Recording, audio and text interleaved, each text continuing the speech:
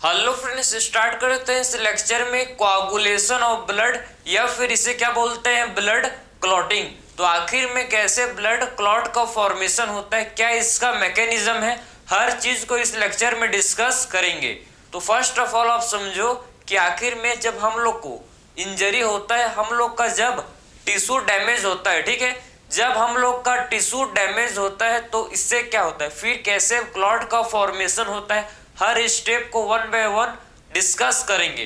तो फर्स्ट आप समझो कि जब भी हमको इंजरी होता है, जब भी हम लोग का टिश्यू डैमेज होगा तो इससे क्या होता है ब्लीडिंग। सबको पता है टिश्यू डैमेज होता है तो कहीं पर भी कट लगता है तो क्या होता है, कहीं पर भी हमको कट लगता है तो इससे ब्लीडिंग होता है। सबको पता है ना कि कहीं पर भी कट लगता है तो क्या होता है ब्लीडिंग, ठीक है। मतलब आपके टिश्यू जो है ये डैमेज है, जब टिश्यू डैमेज होगा तभी क्या होगा भाई, ब्लीडिंग, ठीक है।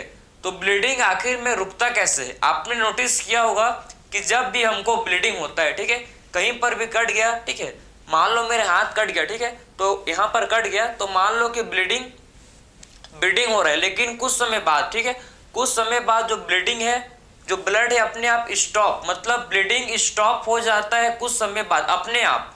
मैं कुछ नहीं करता हूँ, बस मैं प्रेस करता हूँ, अपने आप जो ब्लीडिंग है अपने आप क्या होता है, स्टॉप हो जाता है। कैसे, जादू है?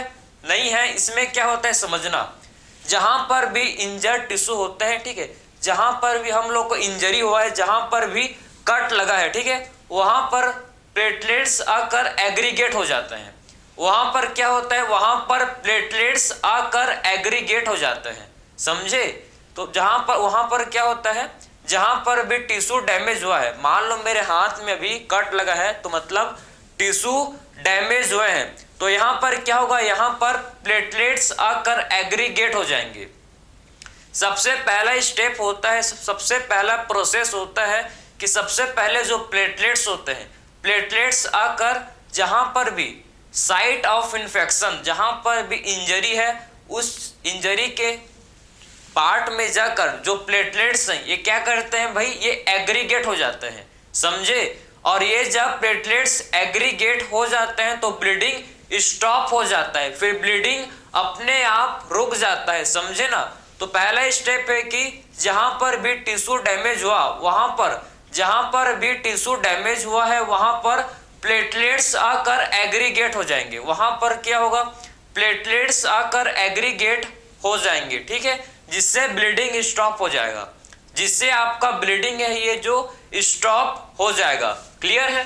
देखो ये कोई पर्सन है, ठीक है, ये पर्सन का हार्ट कट गया, ठीक है, समझे ना। अगर इसका पर्सन का हार्ट कट गया है तो मतलब टिश्यू डैमेज है, समझे ना। मतलब टिश्यू क्या हुआ, यहाँ पर का टिश्यू देखो, यहाँ पर का टिश्यू इस पर्सन का डैमेज है, क्यों, क्योंकि इसके हाथ कट गया है। क्लियर है? या ये समझ सकते हो कि खुद काट दिया। क्लियर है? तो यहाँ पर का जो टिश्यू है ये डैमेज हो गया, यहाँ पर इसके हाथ में जो, इसके हैंड में जो टिश्यू है ये डैमेज है। अभी मैं जस्ट आपको समझाया कि जब टिश्यू डैमेज होगा, जब टिश्यू डैमेज है मतलब यहाँ पर प्लेटलेट्स आकर एग्रीगेट हो जाएंगे। क्यों? क्योंकि इसका टिश्यू, यहाँ पर का टिश्यू देखो आप, यहाँ पर डैमेज टिश्यू, ठीक है, डैमेज टिश्यू, यहां पर इसका जो टिश्यू है डैमेज है, ठीक है, डैमेज टिश्यू। जब भी हम लोग का टिश्यू डैमेज होगा, ठीक है, तो यहां पर का टिश्यू क्या है, डैमेज है, ठीक है, डैमेज टिश्यू। तो क्या होगा, मैं आपको बताया था, यहां पर जो प्लेटलेट्स होंगे, प्लेटलेट्स आकर यहां पर एग्रीगेट हो जाएंगे। यहां पर क्या होता है देखो,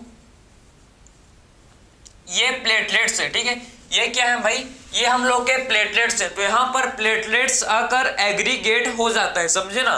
तो यहाँ पर क्या होता है, प्लेटलेट्स आकर एग्रीगेट हो जाता है, इसको बोलते हैं एग्रीगेशन, एग्रीगेशन ऑफ प्लेटलेट्स। यहाँ पर जो प्लेटलेट्स है ये आकर एग्रीगेट हो जाता है, समझे ना। सो एग्रीगेशन ऑफ प्लेटलेट्स, इसे हम लोग बोलते हैं एग्रीगेशन ऑफ प्लेटलेट्स, ठीक है। इसे क्या बोलते हैं, यहां पर देखो प्लेटलेट्स आकर एग्रीगेट हो गए हैं, इसे बोला जाता है एग्रीगेशन ऑफ प्लेटलेट्स। कहां पर होगा भाई? जहां पर भी टिश्यू डैमेज है। ऐसा नहीं कि हाथ पर, ठीक है, आपके बॉडी पार्ट्स में कहीं पर भी टिश्यू का डैमेज हुआ, कहीं पर भी इंजरी ट्रॉमा हुआ, ठीक है, तो आपके जो प्लेटलेट्स होते हैं, ठीक है, साइट ऑफ इंजरी में जाकर ये एग्रीगेट हो जाते हैं। ये साइट ऑफ इन्फेक्शन पर जाकर ये क्या होते हैं भाई? एग्रीगेट हो जाते हैं, ठीक है। और जब ये एग्रीगेट होंगे तो आपको ब्लीडिंग स्टॉप हो जाएगा, आपका जो ब्लीडिंग है ये रुक जाता है, समझे। इसके बाद, ठीक है, आपका देखो कि ब्लड क्लॉटिंग में आपके 13 क्लॉटिंग फैक्टर क्या होते हैं? ब्लड क्लॉटिंग में इन्वॉल्व है। 13 क्लॉटिंग फैक्टर होते हैं जो ब्लड क्लॉटिंग में इन्वॉल्व होते हैं। तो आप समझ रहे हो कि ब्लड क्लॉटिंग तुरंत तो नहीं होगा, समझे, टाइम लगता है, क्लियर है। उसीलिए सबसे पहले आपका जो प्लेटलेट्स होते हैं, प्लेटलेट्स जो है इंजरी डैमेज टिश्यू के पास जाते हैं और वहां पर क्या करते हैं? ये एग्रीगेट हो जाते हैं, जिससे ब्लीडिंग रुक जाता है। उसके बाद आपके, ठीक है, क्या होता है? क्लॉटिंग का फॉर्मेशन। आप भी नोटिस किए होंगे कि जब भी आपको कहीं पर भी चोट लगता है तो ब्लीडिंग जो है लॉन्ग टाइम तक नहीं होता भाई, कुछ समय बाद अपने आप स्टॉप हो जाता है, समझे। कहीं पर भी घाव हुआ तो कुछ समय बाद, कुछ दिन बाद उस पर आपने देखा होगा एक रेडिश ब्राउन कलर का, ठीक है, एक रेडिश ब्राउन कलर का एक पापड़ी ऊपर में बनता है, ठीक है। जहां पर भी इंजरी होता है वहां पर तुरंत पापड़ी नहीं बनता है, समझे ना, तुरंत ब्लड क्लॉटिंग नहीं होता, समझे। इसमें 13 क्लॉटिंग फैक्टर रिस्पॉन्सिबल होते हैं इस ब्लड क्लॉटिंग के लिए, समझे। इसमें आपके 13 क्लॉटिंग फैक्टर होते हैं जो ब्लड क्लॉटिंग के लिए रेस्पॉन्सिबल होते हैं। आपके स्टडी में 3-4 को बताया है क्योंकि वही इंपॉर्टेंट है, समझे। तो आपको उसी को समझना है, वहीं से क्वेश्चन आएंगे।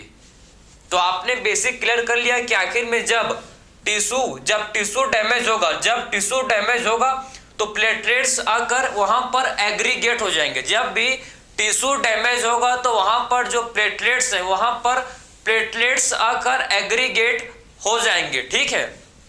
अब देखो इसके बाद क्या होगा? इसके बाद क्या होता है कि जो प्लेटलेट्स का जो एग्रीगेशन है, जो प्लेटलेट्स का एग्रीगेशन है एंड जो डैमेज टिश्यू है, जो प्लेटलेट्स का एग्रीगेशन है एंड जो डैमेज टिश्यू है, क्या रिलीज करते हैं?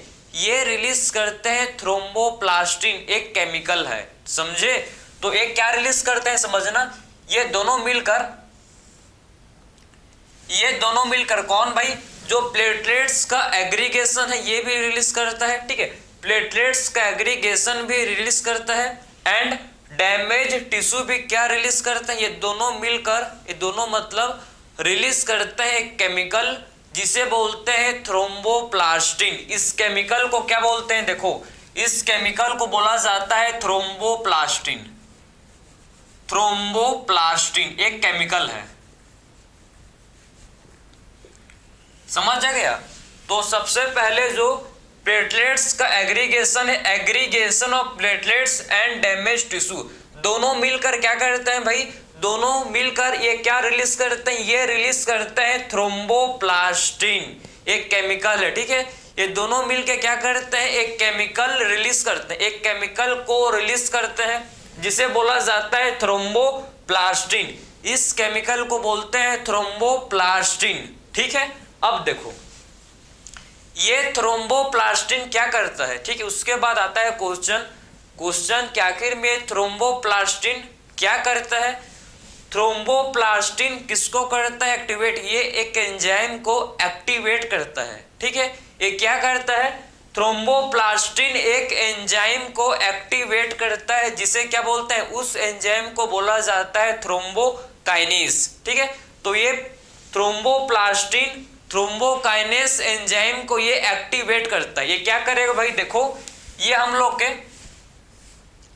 एक एंजाइम है जिसको बोलते हैं थ्रोम्बोकाइनेस, एक एंजाइम है जिसे बोला जाता है थ्रोम्बोकाइनेस, ठीक है। थ्रोम्बोकाइनेस एक एंजाइम है, ठीक है, थ्रोम्बोकाइनेस एंजाइम ये एक एंजाइम है, ठीक है। तो थ्रोम्बोप्लास्टिन क्या करता है? थ्रोम्बोप्लास्टिन थ्रोम्बोकाइनेस एंजाइम को एक्टिवेट करता है। ये क्या करता है? थ्रोम्बोकाइनेस। आप देखो ये थ्रोम्बोकाइनेस एंजाइम को एक्टिवेट करता है, ठीक है। तो थ्रोम्बोप्लास्टिन हम लोग के थ्रोम्बोकाइनेस एंजाइम को ये एक्टिवेट करते हैं। ये क्या करता है इसे भाई, ये आपके ये एक्टिवेट करता है, समझे। तो थ्रोम्बोकाइनेस आपका क्या होता है, थ्रोम्बोकाइनेस एंजाइम एक्टिवेट हो जाता है। कौन करता है इसे एक्टिवेट, इसे थ्रोम्बोप्लास्टिन, एक केमिकल है जो क्या करता है भाई, एक केमिकल है जो थ्रोम्बोकाइनेस एंजाइम को एक्टिवेट करता है। ये थ्रोम्बोकाइनेस एंजाइम को एक्टिवेट करता है कौन, थ्रोम्बोप्लास्टिन, ठीक है। सो थ्रोम्बोप्लास्टिन थ्रोम्बोकाइनेस एंजाइम को ये एक्टिवेट करते हैं, ठीक है। उसके बाद फर्दर क्या होता है समझना, थ्रोम्बोकाइनेस क्या करता है, थ्रोम्बोकाइनेस देखो, फिर जो थ्रोम्बोकाइनेस है क्या करेगा, थ्रोम्बोकाइनेस प्रोथ्रोम्बिन को थ्रोम्बिन में कन्वर्ट करता है। फिर क्या करता है देखो, ये प्रोथ्रोम्बिन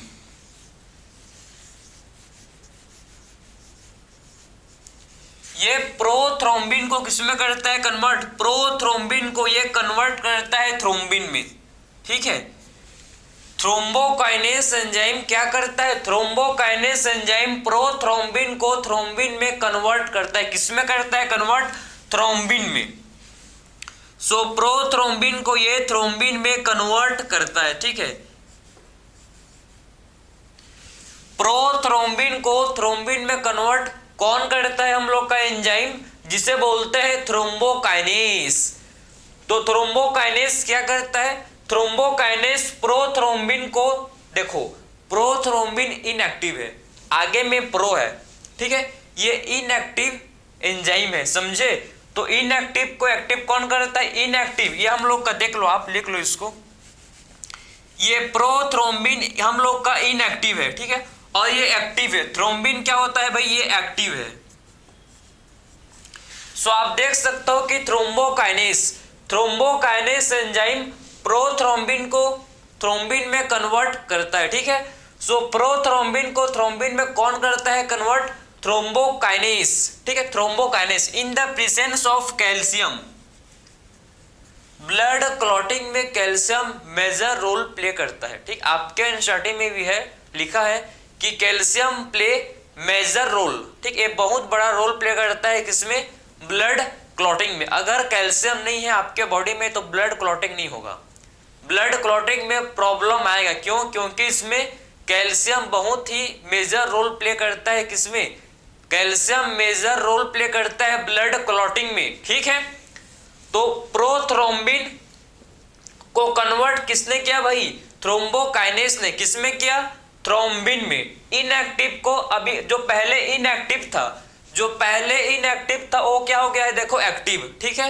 पहले ये इनएक्टिव था लेकिन अब ये क्या हो चुका है, ये एक्टिव हो चुका है, ठीक। In the presence of calcium ion के प्रेजेंस में, ठीक है। अब देखते हैं चलो कि थ्रोम्बिन क्या करेगा। अब देखो कि थ्रोम्बिन क्या करता है, ठीक। अब थ्रोम्बिन का फंक्शन देखो, ये क्या करता है, थ्रोम्बिन क्या करता है, थ्रोम्बिन हम लोग का जो फिब्रिनोजन होता है, जो क्या होता है देखो, फिब्रिनोजन। सो थ्रोम्बिन क्या करता है, थ्रोम्बिन फिब्रिनोजन को फिब्रिन में कन्वर्ट करता है, ठीक है। सो थ्रोम्बिन क्या करता है, थ्रोम्बिन फिब्रिनोजन को ठीक है, फिब्रिनोजन को फिब्रिन में ये कन्वर्ट करता है,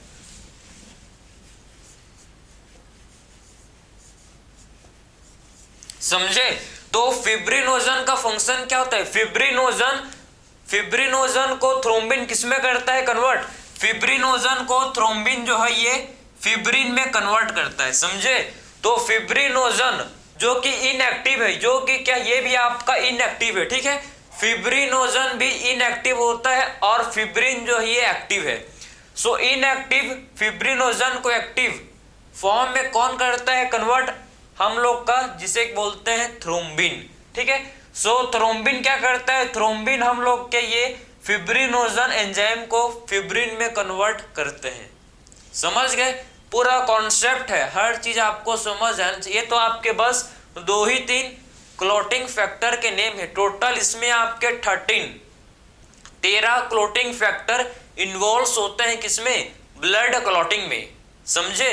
तो आपके इसमें मैं लिख दे रहा हूं, देखो यहां पर कि यहां पर आपके कुल मिलाकर आप बोल सकते हो कि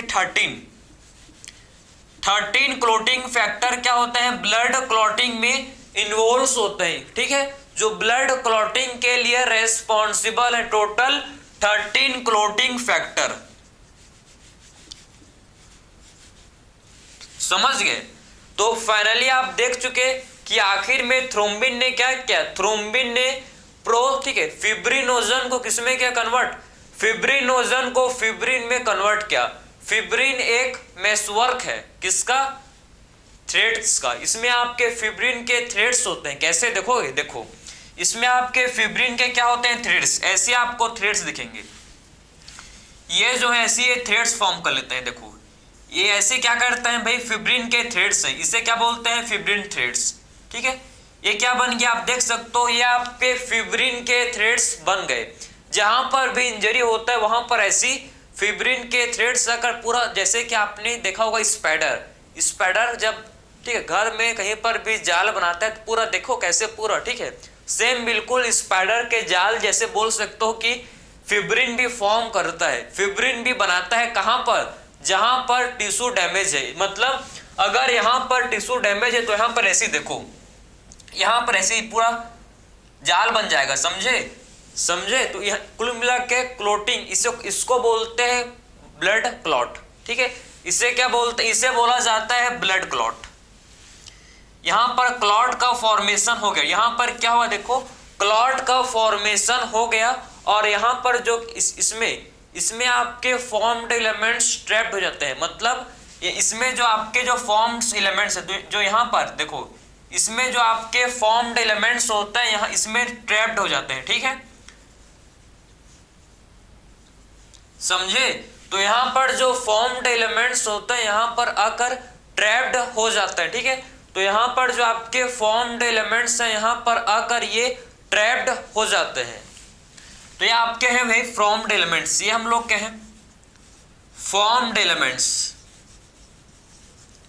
सो आप देख सकते हो कि फिब्रिन के थ्रेड्स, ठीक है, फिब्रिन का जो थ्रेड्स है ये प्रॉपर एक नेटवर्क फॉर्म किए हैं जिसमें आपके फॉर्म्ड एलिमेंट्स ट्रैप्ड है, जिसमें हम लोग के क्या है, ये प्रोटीन के थ्रेड्स में एक जाल में एक पूरा जाल है, समझे ना, जैसे स्पाइडर बनाता है, अगर आपने देखा होगा तो आपको पता है, ठीक है, पूरा स्पाइडर जो जाल बनाता है वैसे ही सेम आपका फिब्रिन फॉर्म करता है, और जिस पर हम लोग के फॉर्म्ड एलिमेंट्स आकर फंस जाते हैं, जिस पर क्या होता है कि जो हम लोग के फॉर्म्ड एलिमेंट्स है यहाँ पर आकर फंस जाते हैं, समझे। तो यहाँ पर क्या होता है कि जो फॉर्म्ड एलिमेंट्स होते हैं, फॉर्म्ड एलिमेंट्स यहाँ पर आकर फंस जाते हैं, यहाँ से बाहर, इससे बाहर नहीं निकल पाते, समझे। तो कुल मिला के आपके क्लॉट का फॉर्मेशन हो गया। तो वही मैं आपको जस्ट मतलब लेक्चर के स्टार्टिंग में बताया था, क्लॉटिंग तुरंत 1 मिनट 2 मिनट में नहीं होता, सही समय लगता है, समझे ना। क्योंकि इसमें आपके टोटल आप देखो ना, इसमें आपके टोटल 13 क्लॉटिंग फैक्टर होते हैं। सबसे पहले पहला फैक्टर दूसरे को करेगा एक्टिव, फिर ठीक है, पहला जो है ये दूसरे को करेगा एक्टिव, और दूसरा फिर तीसरे को एक्टिव करेगा, तीसरा फिर चौथे को, चौथा फिर पांचवें को, पांचवा, मतलब ऐसे पूरा प्रोसेस एक से दूसरा मतलब ऐसे क्या होता है, पूरा एक्टिवेशन होता है, ठीक है, एक के बाद एक एक्टिव होगा, लगातार नहीं होते, समझो ना बात को। ऐसा नहीं कि सारे 13 क्लॉटिंग फैक्टर एक साथ काम करेंगे, नहीं भाई वैसा नहीं होता। एक क्लॉटिंग फैक्टर एक्टिव हुआ, एक दूसरे को करेगा, फिर दूसरा तीसरे को करेगा, तीसरा फिर चौथे को करेगा, ठीक है, 1 बाय 1 स्टेप है, 1 से 2, 2 से 3, 3 से 4, 4 से 5, समझे। मतलब सबसे पहले देखो एक क्लॉटिंग फैक्टर है, ठीक है, 1 से बना 2, 1 से बना 2, ठीक है, समझो आप, 1 से बना 2, ठीक है। उसके बाद जब 3 से 4 बनेगा, ठीक है, और 4 से जब 5 बनेगा, देखो आपको मैं पूरा समझाऊंगा। देखो जब 1 से 2, 3 से 4, 4 से 5 to 6, देखो तो यहां पर क्या होगा, समझो कि ये जो 2 है जब इसको थर्ड को एक्टिव करेगा, ठीक है, जब टू, देखो ध्यान से इसको, जब टू जो है इसको देखो, जब ये टू है, जब वो थर्ड को एक्टिव करेगा तभी थर्ड जो है ये फोर में कन्वर्ट होगा, समझे। तो सेकंड करेगा कन्वर्ट, ठीक है, सेकंड जो है ये थर्ड को एक्टिव करेगा, थर्ड जो है ये फोर्थ को, समझे ना। ये सेकंड जो है किसको करेगा, जब सेकंड जो है ये इसको एक्टिव करेगा तभी 3 से 4 बनेगा, और जब 4 फिफ्थ को एक्टिव करेगा तभी 5th से 6 बनेगा। क्लियर है। तो पहले जब देखो, पहले 2 जब थर्ड को एक्टिव करेगा तभी 3 से 4 बनेगा, और फिर 4 जब 5th को एक्टिवेट करेगा, जब 4 जो है ये 5th को, 4 जो है जब ये 5th को एक्टिवेट करेगा तो ये 6th बनेगा। तो 1 बाय 1 स्टेप होता है, ऐसा नहीं कि लगातार आपके हो जाएंगे, नहीं, 2 3 को करेगा, ठीक है, उसके बाद 3 से जब 4 बनेगा तो 4, जब 5 को एक्टिवेट करेगा तो 5 से 6 में कन्वर्ट होगा। इस प्रोसेस को बोलते हैं कैस्केड प्रोसेस। इस प्रोसेस को क्या बोलते हैं, इस प्रोसेस को बोला जाता है कैस्केड प्रोसेस, ठीक है। इस प्रोसेस को हम लोग कैस्केड प्रोसेस, ठीक है, जिसमें 1 बाय 1, जिसमें एक जो है दूसरे को करता है एक्टिव, और दूसरा फिर तीसरे को, तीसरा फिर चौथे को, मतलब सीक्वेंशियल स्टेप प्रॉपर, ऐसा नहीं कि लगातार होता है, ठीक है। तो 1 बाय 1 जब 2 3 को करेगा तो 3 4 में कन्वर्ट होगा, और 4 जब 5 को एक्टिवेट करेगा, जब 4 5 को एक्टिवेट करेगा तो 5 से 6 बनेगा। वैसे ही सेम जब 6 7 को एक्टिवेट करेगा तो 7 to 8, समझे। तो ऐसी प्रोसेस पूरा लगातार ये होता है, और इस प्रोसेस को हम लोग बोलते हैं कैस्केड प्रोसेस। इस प्रोसेस को क्या बोलते हैं हम लोग, इस प्रोसेस को बोला जाता है कैस्केड प्रोसेस, ठीक है। तो ये आपका पूरा मैंने आपको क्लियर किया कि आखिर में कैसे ब्लड का कोआगुलेशन होता है, कैसे फाइनली ब्लड क्लॉटिंग बनते हैं। जहां पर भी हम लोग को इंजरी होता है वहां पर कैसे ब्लड क्लॉटिंग का फॉर्मेशन होता है, मैंने आपको सारा चीज एक्सप्लेन किया प्रॉपर ढंग से, मैंने आपको समझाया कैसे स्टेप 1 बाय 1 स्टेप कैसे रन करते हैं, ठीक है।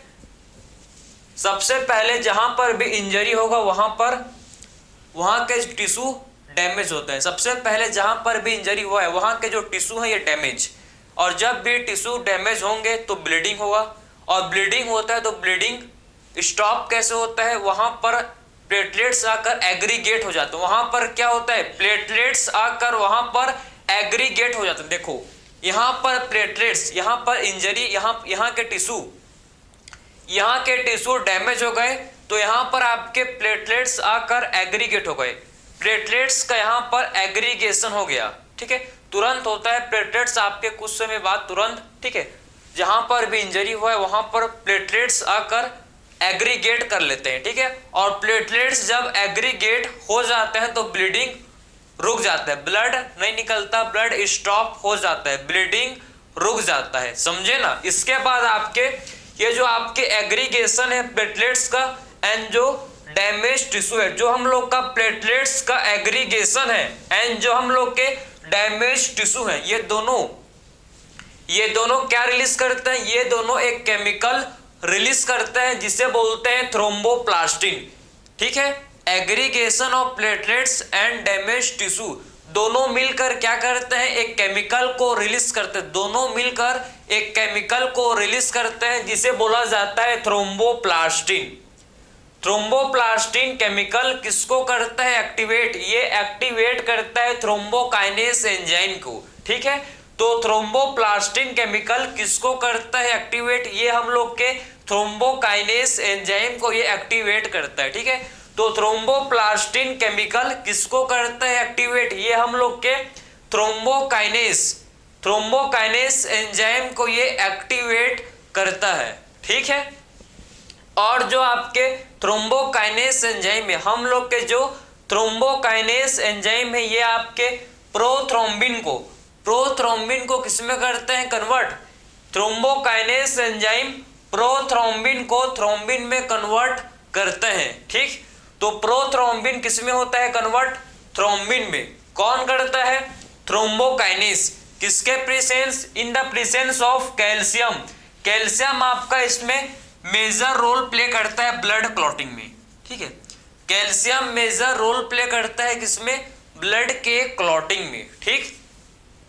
सो प्रोथ्रोम्बिन जो कि इनएक्टिव था वो एक्टिव फॉर्म में कन्वर्ट होता है, ठीक है। और थ्रोम्बिन उसके बाद थ्रोम्बिन फिब्रिनोजन को फिब्रिन में कन्वर्ट करता है। थ्रोम्बिन क्या करता है, फिब्रिनोजन को फिब्रिन में कन्वर्ट कौन करता है, फिब्रिनोजन को फिब्रिन में कन्वर्ट थ्रोम्बिन करता है, समझे ना। सो थ्रोम्बिन क्या करेगा भाई, थ्रोम्बिन फिब्रिनोजन को फिब्रिन में कन्वर्ट करता है, ठीक है। तो थ्रोम्बिन जो है ये फिब्रिनोजन को फिब्रिन में कन्वर्ट करता है, किसके प्रेजेंस में, आपके कैल्शियम आयन के प्रेजेंस में।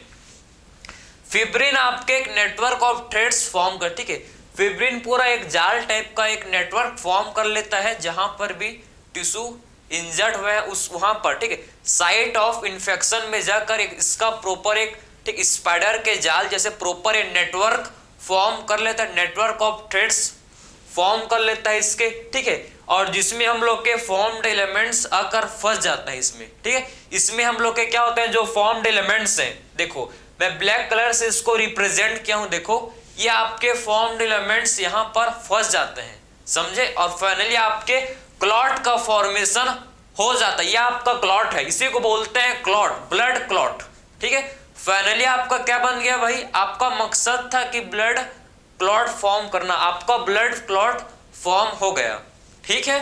तो ये पूरा हम लोग ने देखा कि टोटल जो हम लोग का क्लॉटिंग, ब्लड क्लॉटिंग में टोटल 13 क्लॉटिंग फैक्टर होते हैं। टोटल इसमें हम लोग के 13 क्लॉटिंग फैक्टर हैं जो कि आपके ब्लड क्लॉटिंग के लिए रेस्पॉन्सिबल होते हैं, ठीक है। और ये पूरा हम लोग का एक कैस्केड प्रोसेस है, एक, ठीक है, पूरा हम लोग का क्या है, कैस्केड प्रोसेस है। जब 2 3 को एक्टिव करेगा तभी 3 जो है 4 में कन्वर्ट होगा, जब 4 5 को एक्टिव करेगा तभी 5 जो है 6 में कन्वर्ट होगा।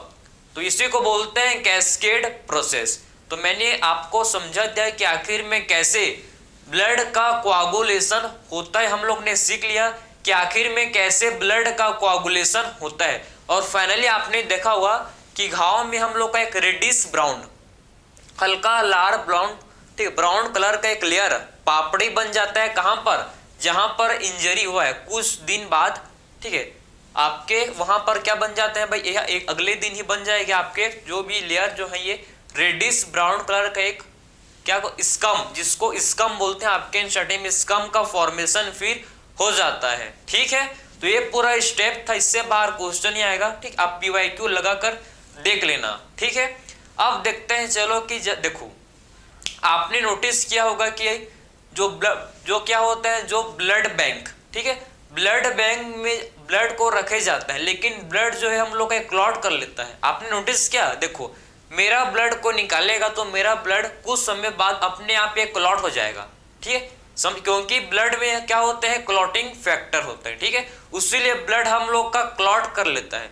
तो आखिर में ब्लड को ब्लड बैंक में रखते कैसे हैं, समझे। आखिर में ब्लड को अगर ब्लड क्लॉट कर जाता है तो ब्लड को ब्लड बैंक में रखते कैसे हैं भाई, कभी सोचा है आपने कि आखिर में कैसे, मतलब जब ब्लड क्लॉट कर लेता है, ब्लड जब एयर के कांटेक्ट में आता है तो क्लॉटिंग कर लेता है, तो ब्लड बैंक में कैसे, मतलब ब्लड को रखा जाता है, उसमें हम लोग एंटी कोआगुलेंट ऐड करते हैं।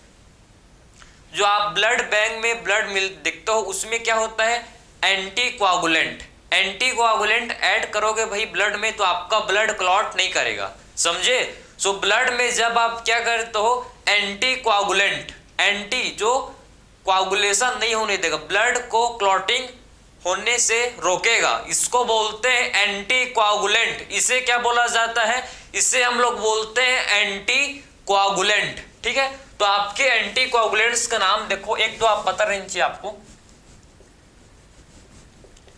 एंटी कोआगुलेंट्स जो ब्लड बैंक में यूज होता है। पहले में जो आपको नेचुरल हम लोग के बॉडी में फॉर्म होता है जिसे हेपेरिन, ठीक है, हेपेरिन हम लोग का नेचुरल क्या है, एंटी कोआगुलेंट जो हम लोग का बॉडी में खुद फॉर्म होता है, ठीक है। हम लोग के बॉडी के सेल्स फॉर्म करते हैं नेचुरल, जिसे क्या बोलते हैं, नेचुरल हम लोग का, देखो हेपेरिन जो है ये नेचुरल एंटी कोआगुलेंट है, ठीक है। क्लियर है? तो हेपेरिन हम लोग का नेचुरल एंटी कोआगुलेंट, ये हम लोग का नेचुरल एंटी कोआगुलेंट है। क्लियर है? तो हेपेरिन हम लोग का क्या होता है भाई? हेपेरिन हम लोग का नेचुरल एंटी कोआगुलेंट है, ये हम लोग का नेचुरल एंटी कोआगुलेंट होता है। अब देखो, और जो ब्लड बैंक में जो एंटी कोआगुलेंट, जो ब्लड बैंक में जो एंटी कोआगुलेंट यूज करते हैं, जो ब्लड बैंक में जो एंटी कोआगुलेंट यूज करते हैं, एक का नाम आप देखो जिसे बोलते हैं इडेटा, EDTA। सो ब्लड बैंक में जो एंटी कोआगुलेंट यूज करते हैं, जो ब्लड बैंक में जो एंटी कोआगुलेंट यूज करते हैं, इसे बोलते हैं इडेटा। ठीक है? इथाइलिन डाइअमीन टेट्रासिट्रिक एसिड, समझे? इथाइलिन डाइअमीन टेट्रासिट्रिक एसिड इसे बोला जाता है, जो कि ब्लड बैंक, इसको ब्लड बैंक में यूज करते हैं एंटी कोआगुलेंट को। ठीक है? इस एंटी कोआगुलेंट को ब्लड बैंक में यूज किया जाता है। क्लियर है? और कुछ और होते हैं जैसे कि सोडियम ऑक्सलेट, सोडियम सिट्रेट, ये भी क्या है? एंटी कोआगुलेंट है। ठीक है? और क्या होते हैं? सोडियम ऑक्सलेट, इसको भी आप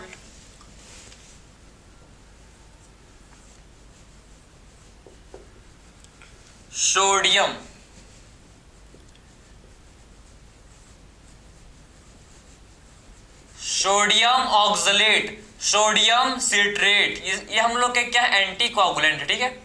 सोडियम ऑक्सलेट, सोडियम सिट्रेट, ये हम लोग के क्या, इसको भी एंटी कोआगुलेंट की तरह इसको यूज कर, ये भी हम लोग के क्या होते हैं?